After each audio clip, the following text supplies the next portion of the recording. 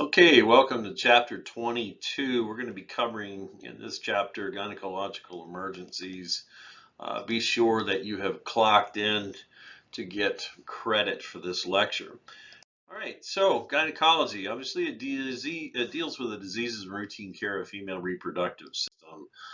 This particular slide is slide number 3. It's a good cross-sectional representation of the female reproductive system. Ovaries, they're a pair of organs that release eggs or ova. Okay, they're very, very important, obviously, to the reproduction of mankind, as well as reproductive hormones. The egg travels down the adjacent fallopian tubes to the uterus. The uterus itself, it is a pear-shaped organ where the embryo or fertilized egg implants and grows. The upper convex portion of the uterus is called the fundus and has a uterine cavity internally. The uterine wall consists of a muscular layer called the myometrium. It's a nutrient-rich inner lining layer called the endometrium, which sheds during menstruation. Let's see, if the egg is fertilized, it does travel to the uterine cavity and implants into the endometrium where it grows and matures. The neck of the uterus, called the cervix, inserts into the vagina, which leads to the outside of the body. The lower part of the uterus is the cervix, and the vagina are referred to as the birth canal.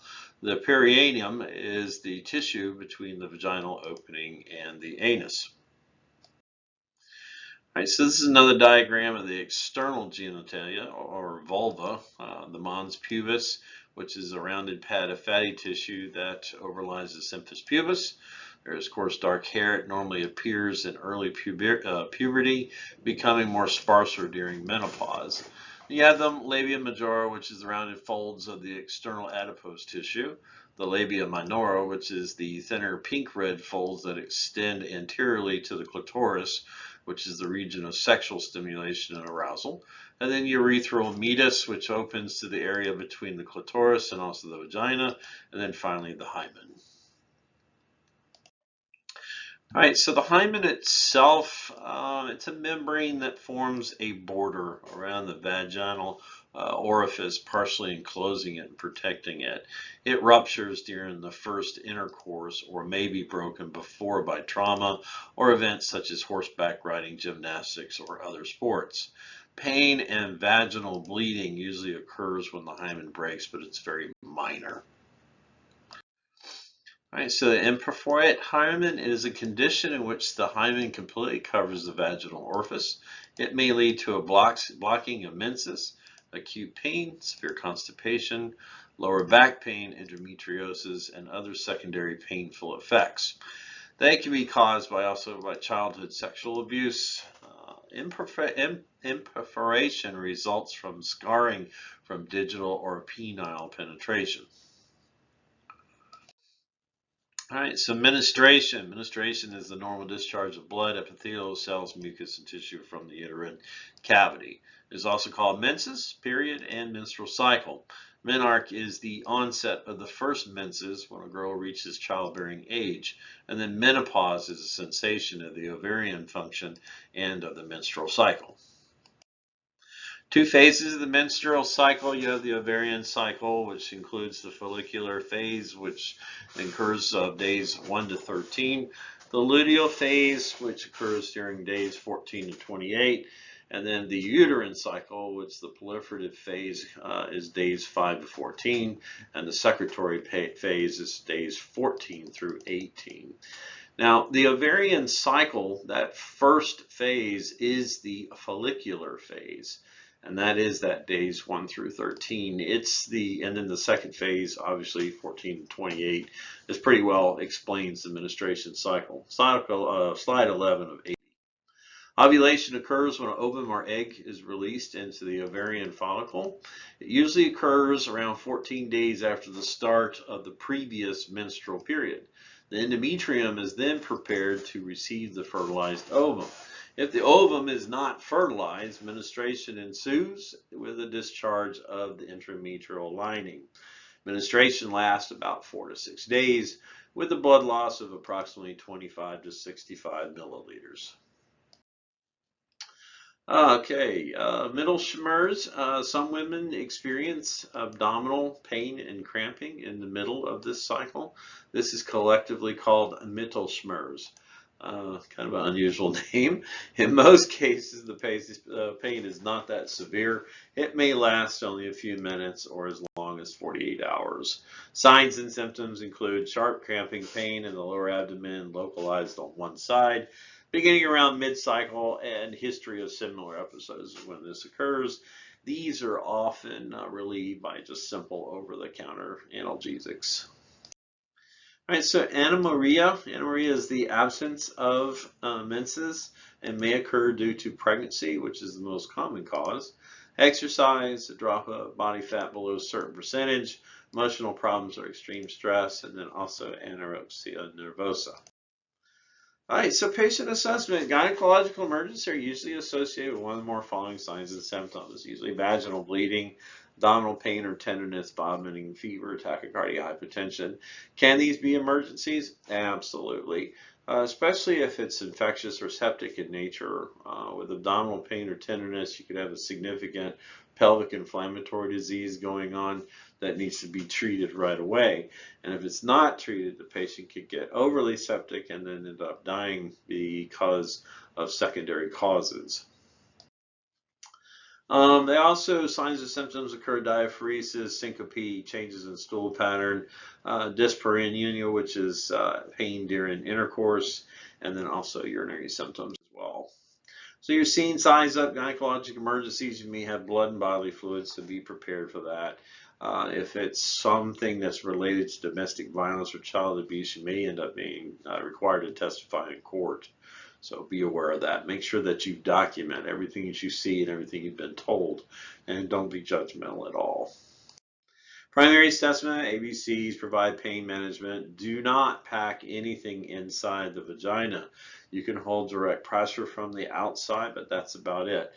Make sure that you note the amount, color, and the type of discharge and bleeding, and transport them to the hospital as quickly as possible, and clean mom up a bit. I mean, this is always one of those things that it's like, if you can help her be able to clean herself, provide some water, provide a basin, those kind of things. Now, if it's a crime scene related, none of that can happen because you got to preserve the evidence. History taking. History should include chief complaint associated symptoms, also her sexual activity, her history of menses, how often has this occurred, how many pads are you using per hour, and how is it compared to your normal menses, those kind of things.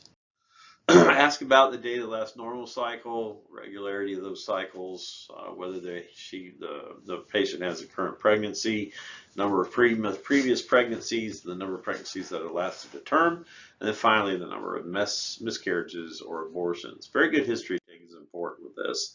Also, prior gynecological problems, current sexual activity, type of birth control, and sexually transmitted disease problems. So, one of the emphasis for EMTs and paramedics is that these kinds of emergencies can be highly embarrassing for the patient. So a thorough assessment and patient history will help determine whether the patient has experienced a true life-threatening emergency. Your secondary assessment, when possible, the paramedic should be the same gender as the patient. Make that happen, or have some EMT along with you that's female. Limit the crowd to the personnel is required to perform the necessary task, and show the patient you respect her by being an advocate for her modesty. Examine the patient's abdomen for bruising, which could indicate possible abuse, evidence of needle tracks from illicit drug use, positive colon or gray Turner sign. We've talked about that before. Palpate the abdomen, start in the quadrants farthest from the pain. Is it rigid? Do they have point tenderness? Does the palpation elicit more pain? Is there rebound tenderness, or do you feel any masses? And ask mom, is any of this normal?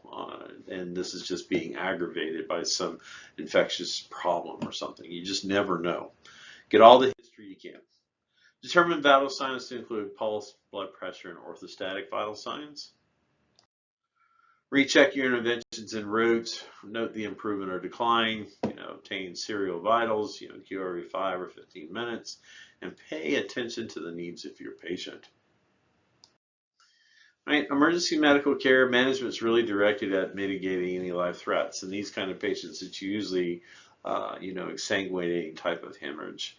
Make sure that we're, supplying oxygen, getting vital signs, starting an IV, maintaining peripheral perfusion, patient's modesty, and then provide prompt transport to the closest hospital. All right, so trauma. Female genital area is very, very, very vascular and it's susceptible to trauma. Bleeding from the genital trauma may be profuse and very painful. It may be difficult to differentiate between menstrual blood and trauma-related blood. So apply simple external pressure is very sufficient in order to control bleeding. Bleeding from the internal genitalia can be massive and very difficult to control.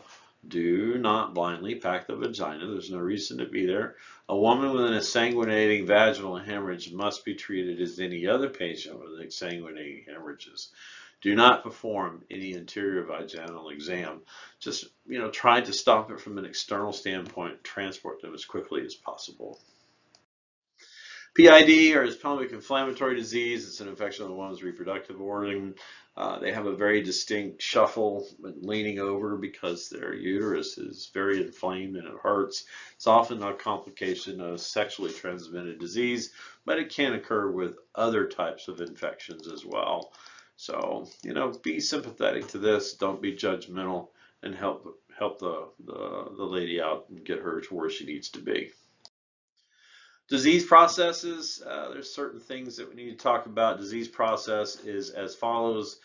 Disease-causing organisms enter the vagina and migrate to the uterine cavity itself. The infection may expand to the fallopian tubes, where the tubular walls swell and the lumen of those tubes fill with purulent fluid that obstructs the tube. The purulent fluid then drips out of the tube and onto the ovary and surrounding tissues. Now, peritonitis may also develop, as well as pelvic abscesses may form as the inflammatory response attempts to contain the infection. So it becomes very, very uncomfortable for the patient. Symptoms: pain starts during or after menstruation, diffuse across the quadrants of the lower abdomen, and its associated symptoms, just like you see on the slide. This is slide 32 of 80. Vaginal discharge, fever, chills, pain, and burning urination. Risk factors: this is say IUD, if untreated, untreated sexually transmitted diseases, frequent sex with multiple partners, douching, history of PID, and then also abortion, and childbirth, both. And then, like I said, the IUD process. This is a IUD method here that's inserted into the vagina and into the uterus to prevent the flow of sperm up in through the uterus to connect with the ovum.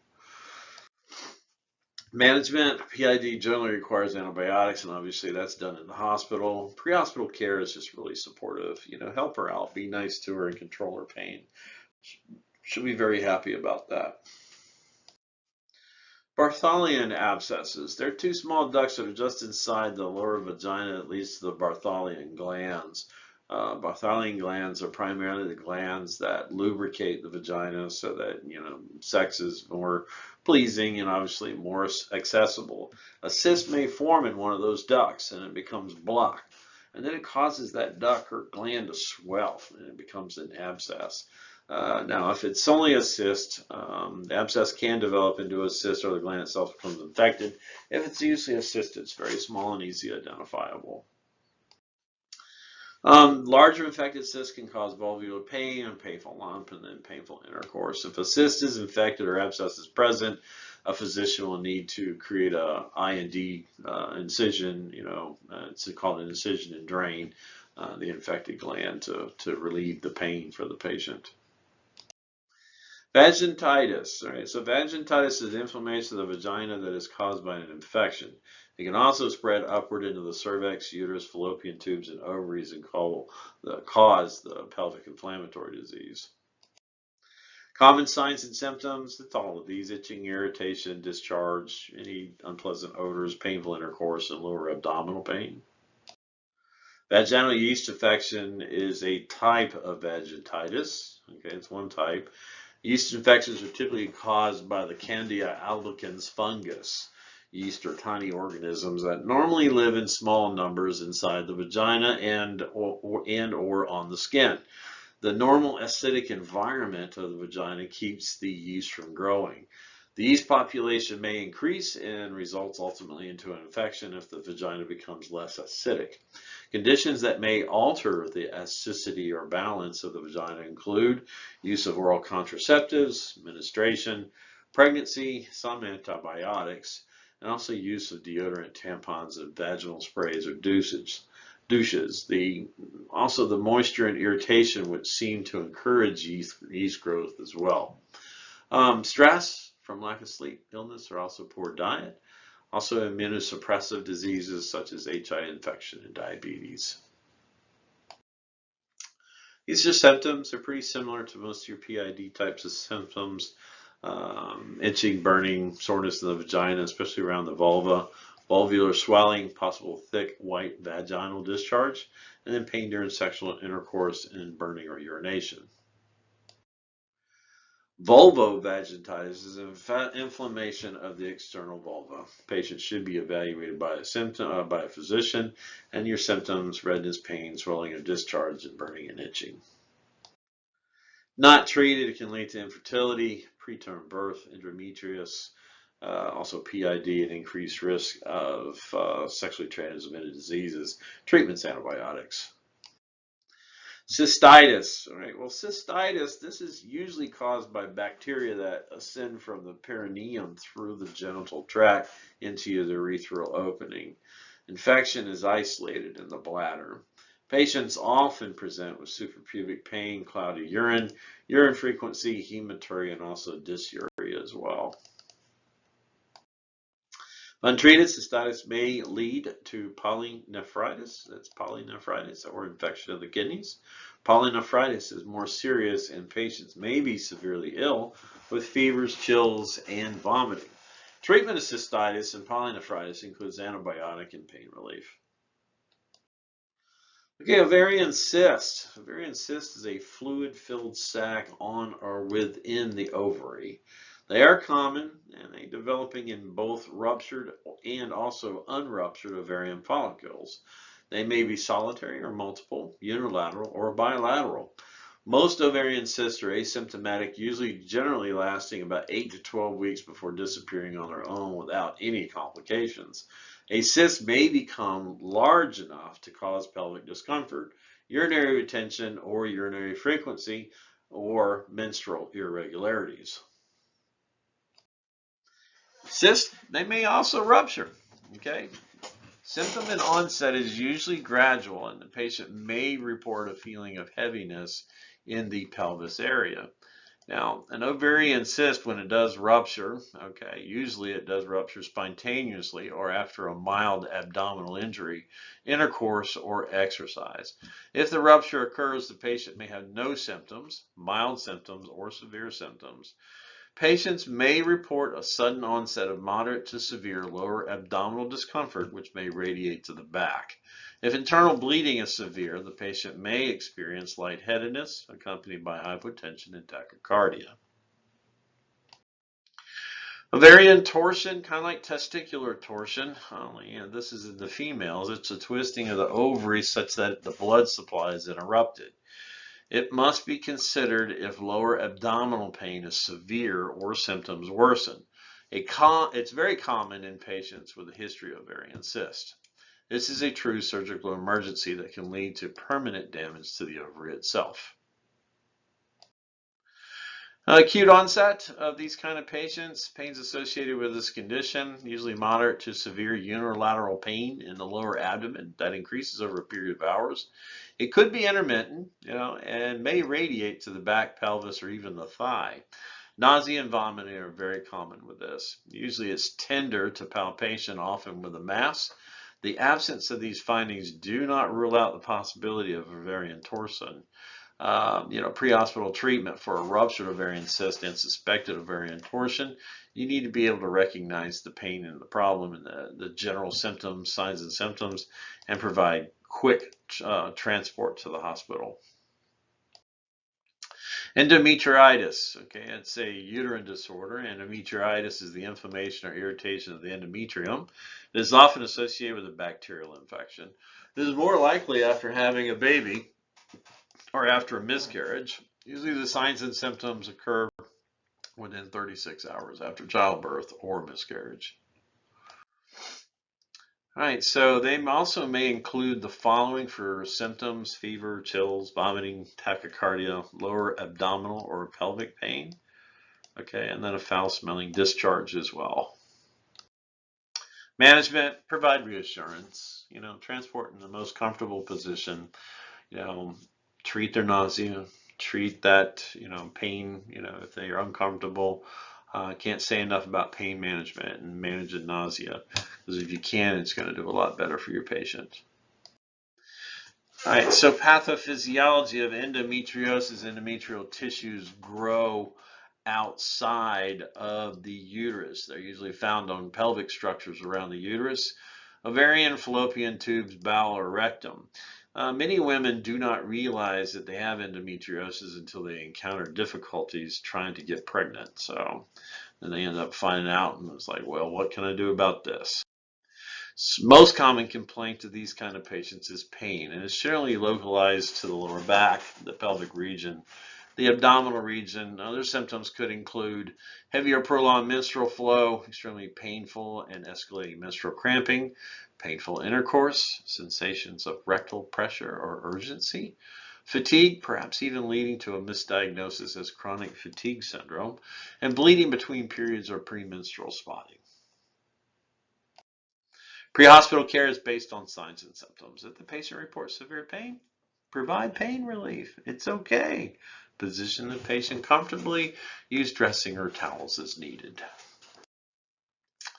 Uterine prolapse. I've seen this a couple of times. It's a protrusion of part or all of the uterus outside the vagina. It occurs when fascia, muscles, tendons, and ligaments become weakened and they are no longer able to hold the uterus in place.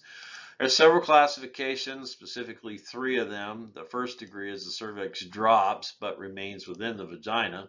The second degree is the cervix lies at the opening of the vagina and the body of the uterus is in the vagina. And finally, the third degree is the uterus and cervix protrude through the vaginal opening. Most times I've seen this, it was in car accidents, really, really high impactful, high kinetic car injuries. Which the patient was thrown forward because they weren't wearing a lap belt, or they were wearing a lap belt and it was really a major, major kinetic energy exchange. All right, so predisposing factors: genetics, obesity, weakening of the pelvic support because of decreased estrogen, increased intra-abdominal pressure related to pregnancy, and then also patients that have had difficulties in childbirth. Patients often report pelvic heaviness or fullness, fatigue, lower back pain, and symptoms are worsened by prolonged standing and is relieved by lying down. I mean, think about it. It's going to be really hurting when you're in an upright position. When you lay down, it takes the pressure off. Do not replace any tissue. Cover with a warm, moist dressing and transport the patient to the closest appropriate facility. Vaginal bleeding. All right, well, with vaginal bleeding, it's not usually life-threatening in non-pregnant patients. A woman may not yet realize she is pregnant if the bleeding occurs early in pregnancy. Dysfunctional uterine bleeding is uterine bleeding that is abnormal amount or frequency more than every 21 days. Diagnosis after ruling out anatomic or systemic conditions such as medication therapy or disease. And then usually it occurs when hormonal events are responsible for the balance of the menstrual cycle are interrupted. Most common when ovulation is being established or becoming irregular during menopause. Risk factors include extreme weight loss or gain, age over 40, high stress, polycystic ovary disease, long-term medication use, especially oral contraceptives. We've heard that before in a couple of different conditions. Excessive exercise, and then anatomic abnormalities such as uterine fistulas. Also, hormonal therapy or surgery. And then all we need to do for these folks is supportive pre-hospital care. Dramatic vaginal bleeding, not uncommon after vigorous voluntary intercourse, although violent involuntary sexual activity should be considered. Other causes could be a straddle type of injury, such as a bicycle injury, a pelvic fracture, or a direct blow to the perineum, also a foreign body inserted into the vagina, and then perhaps even abortion attempts. Other things, complications to include bleeding, organ rupture, and also hypovolemic shock. Treat the patient as you would treat any other patient for potential of hemorrhagic shock. All right, so related to ectopic pregnancy, this is a fertilized oocyte which is implanted somewhere other than the uterus. It's usually inside of one of the fallopian tubes. It less often occurs in the abdomen, within the cervix, or in an ovary. Ectopic pregnancy is life-threatening cause of vaginal bleeding in early pregnancy. Risk factors occur: previous surgical adhesions, ectopic pregnancies, pelvic inflammatory disease, an incident where they had to have tubal ligation or voluntary tubal ligation, and then of course intra-uterine devices uses. Fertilized oocyte stretches the tube as it grows. It's got no room in there to do anything but just stretch everything out and be very, very painful. 3 signs of implantation in the fallopian tubes include abdominal pain, delayed menses, and then abdominal bleeding or spotting 6 to 8 weeks after the last normal menstrual period. Most patients with abdominal pain, they present with a chief complaint of abdominal pain. The pain starts as dull lower quadrant pain on one side. The pain is described as crampy and intermittent in the early stages. As the tube stretches, the pain becomes colicky and then stabbing. With rupture, pain becomes excruciating. Just can't stand it in the lower abdomen. Referred pain to the shoulder is also possible as the abdominal sections fill with blood.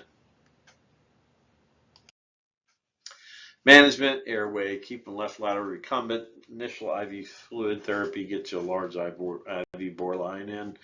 Anticipate vomiting. If you can treat for nausea, that's fine. Keep the patient warm, monitor the patient's electrocardiogram, and then transport rapidly as possible.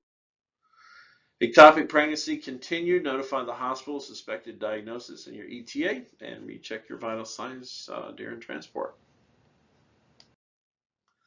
All right, so sexual assault. Sexual assault, the definition, the U.S. Department of Justice defines sexual assault as any type of sexual contact or behavior that occurs without the explicit consent of the recipient. The Centers for Disease Control and Prevention defines sexual violence as a sexual act that is committed or attempted by another person without freely giving consent of the victim or against someone who is unable to consent or refuse. The National Institute of Justice observes that most statutes define rape as non-consensual oral, anal, or vaginal penetration of the victim by body parts or objects using force or threats of bodily harm, or by taking advantage of a victim who is incapacitated or otherwise incapable of giving consent. All right, so being professional, respectful, and sensitive is extremely important. These things, it could be a he said, she said, could be a clear case. Just don't get involved in it. Just gather the facts. Both men and women can be victims of sexual assault. When possible, a female paramedic should treat a female victim, and a male paramedic should treat a male victim. Rape is a crime, and police involvement should be expected. Assessment. Ask the patient, would they be more comfortable with a female or male? And again, you need to use your own judgment on this. Limit your examination to a very brief survey. Protect the patient's privacy, and examine and interview the patient with a minimum of people present.